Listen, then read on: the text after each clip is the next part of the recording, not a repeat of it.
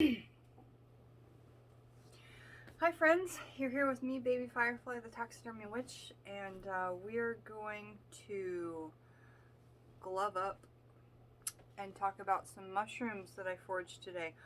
All of these mushrooms are from my yard. I live outside of the Seattle area in the Pacific Northwest, and higher elevation, like on a mountain.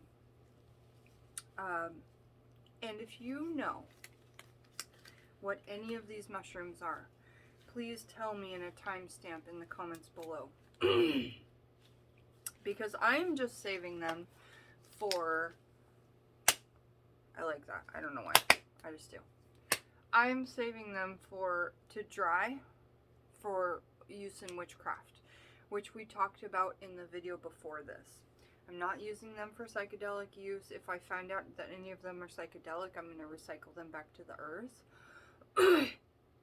But let me count the variety. 1, 2, 3, 4, 5, 6, 7, 8. 8 different types that we're going to hold up in these videos. And I'm just going to, you know, like as if I don't cough enough, have one last smoke before I touch these mushrooms with clean gloves. So we talked about, so watch part 1. This is part 2 if you want to know the magical uses of mushrooms. But these are ones that I'm going to dry and I'm going to put in my Etsy shop so long as they are not psychedelic and that they're legal. But again, these just happen in my yard. So I'm going to save the finale for the last. And one thing I want to talk about that is magical about mushrooms and just reiterate in this video is that they appear as if from nowhere. After a good rain, I walk my property every day to forage. Every day, this 1 acre, I walk it. I know it. And I'm actually going to show the biggest ones first. Like, how after, you know, I was out there the day before yesterday in this very area, how do these appear as if from nowhere? Fucking magical, yeah? So I'm going to show you some of these mushrooms that I foraged. Before the mushrooms, I'm just going to show you 2 quick things that I found when I was out there. I found this big old bone, which is awesome. Hello, how are you? And I found a bunch of lungwort lichen. Lungwort is amazing for use in, because the lichen grows. It usually grows on the ground or on tree bark, like on the side of trees. And when you pull it off, you can actually see that, I'm cleaning a piece right now, because it's not been cleaned yet, that it has the shape of lungs, like pulmonary, on the underside. And so lungwort lichen can be used as lungs in poppets for people who are suffering from, you know, lung issues, from having breathing issues, you know, magically, not medicinally. I'm not a doctor. I'm a witch doctor, yeah? Emphysema, lung cancer, things like this. You can use poppets, put them in the lung space of the poppet and put that intention into there of healing, of rejuvenation, of curing. Again, the Rose of Jericho would be great to have that water to put on the poppet for resurrection. I sell Rose of Jericho in my Etsy shop. So we've got some lungwort. We found that really cool wicked bone out in the middle of the property. Now next I'm going to show you some things that I think are like a fake chanterelle. And so here we go. Again, these haven't been cleaned yet. You know, it looks chanterelle-like, but the color's just not there. And I've just got heaps and heaps and heaps of these. Again, when I was talking in the video, the first video, about how mushroom is, the element is earth. When you pluck them from the earth, there's so much of that earth element still stuck to the mushroom, and it tends to stay. Really beautiful. Remember, when you're using mushrooms, when you forage them and you can actually eat them and you are for sure that they're safe to eat, not illegal, then you can, don't wash them.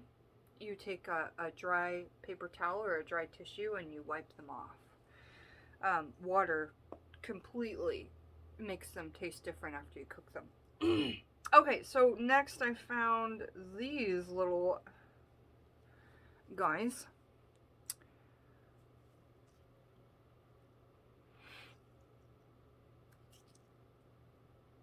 Show you some more, just in case somebody knows what they are.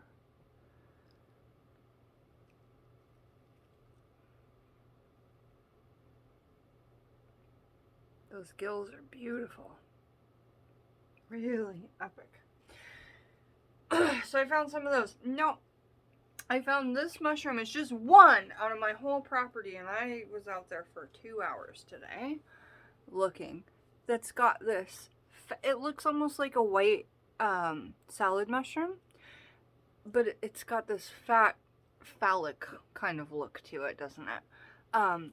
So I thought that this one was interesting, that I only found one, because normally when you hunt mushrooms or you go to pick mushrooms, you'll find them in groups. And again, from what I've read about mycology, is that mushrooms tend to gather and believe me, if you've ever tried to grow chanterelles or grow any type of mushrooms, like in a greenhouse, it takes the perfect environment to grow them. So the fact that they grow in nature is absolutely magical, because anything can come in and out of nature. Anything can disturb that, but still. And my mom was just telling me today, guess what, Jen? If you're hunting mushrooms, at the bottom of the driveway, there's this one that comes up every year in the same place, and it's red with white spots. Okay, that's an amanita. I know what that is. So I went down to look for it. It's gone. Some kid picked it. It's fine. But it's interesting to note that they do kind of come back to the same area, at least from what Peggy said, a couple of times. Now, I found these ones, which are really cool. Like, I've never seen anything like this. They remind me of the shape of light bulbs. They're very bulbous looking. See how that goes? Like, they kind of like look like a light bulb, eh? Derby. And I found a lot of those, so I'm quite excited. Here's some more. So if anyone knows what these might be, please do share. Then I only found one of these. It's crazy, like,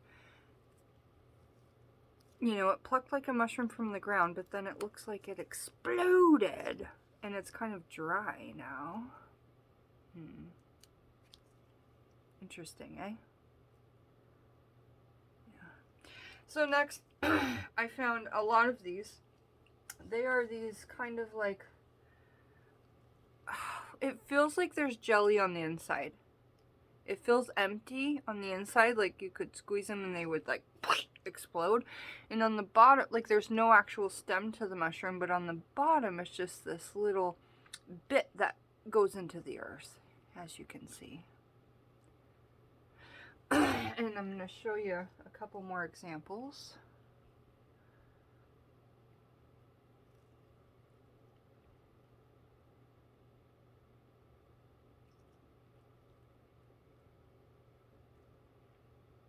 Really curious to what those are. And then I found one that's really similar, but it's darker and it has a jelly in it that looks like it kind of explodes from it.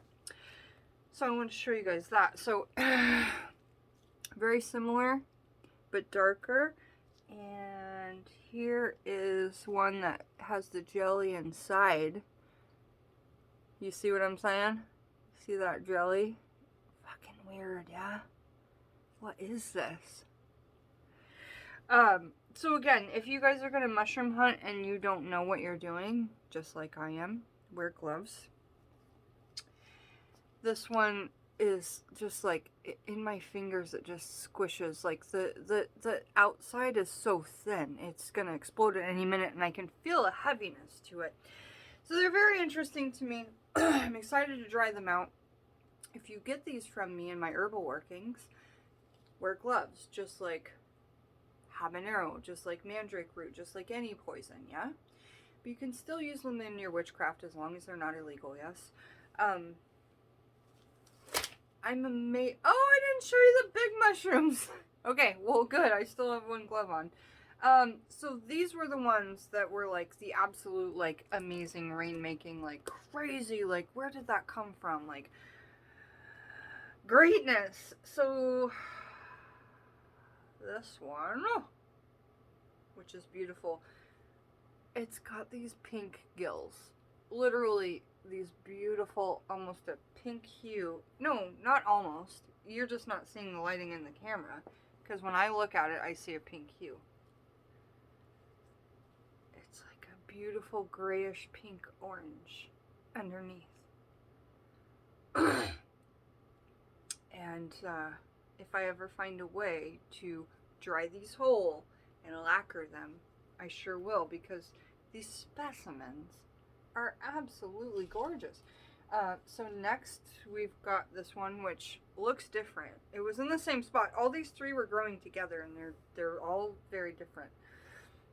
Underneath this has got some beautiful little, like, almost like pimples. I don't know what else to call them. Again, that pink hue underneath. Just this big, beautiful mushroom. Looks like it would be a portobello or something, but it's got that pink gill, yeah? Large. And then lastly, I found this. It came apart. This is the stem. And this looks like a portobello, but I don't think portobellos grow in my area. So I think it's like a false mushroom, which you really have to look into, you guys. Like, if you're going to do mushroom stuff, do not eat them unless you know for sure what it is. This to me looks like a big under of a portobello cap. Huge! Huge! Let me show you the underside. Focus camera, seriously. Thank you. And the top is here. So when it's laying flat, which I can't do because I don't have both gloves on, it goes like this, as you can see. It goes under like this. When we flip it over, it comes up like that. And portobellos grow down. So I'm not quite sure, but this, either way, is amazing, powerful witchcraft tool. So if you're foraging mushrooms and you find out it's something that you cannot eat, fear not, my friends. You can dry them and use them for your witchcraft workings. Thank you so much for joining me, Baby Firefly, the Taxidermy Witch. Before we leave, I want to talk about something really special and important in my life. I want to talk about my sigil artist, Joey, and just say that if you want a collaboration between an amazing sigil artist and myself and a piece of art, please do let me know. This is one that we made for my father before he passed away for Christmas. It's the last Christmas gift that I gave my father. It's very special to me, but I think it's beautiful. And it kind of sits right up here on my wall. I'll show you where it sits. I love it to bits.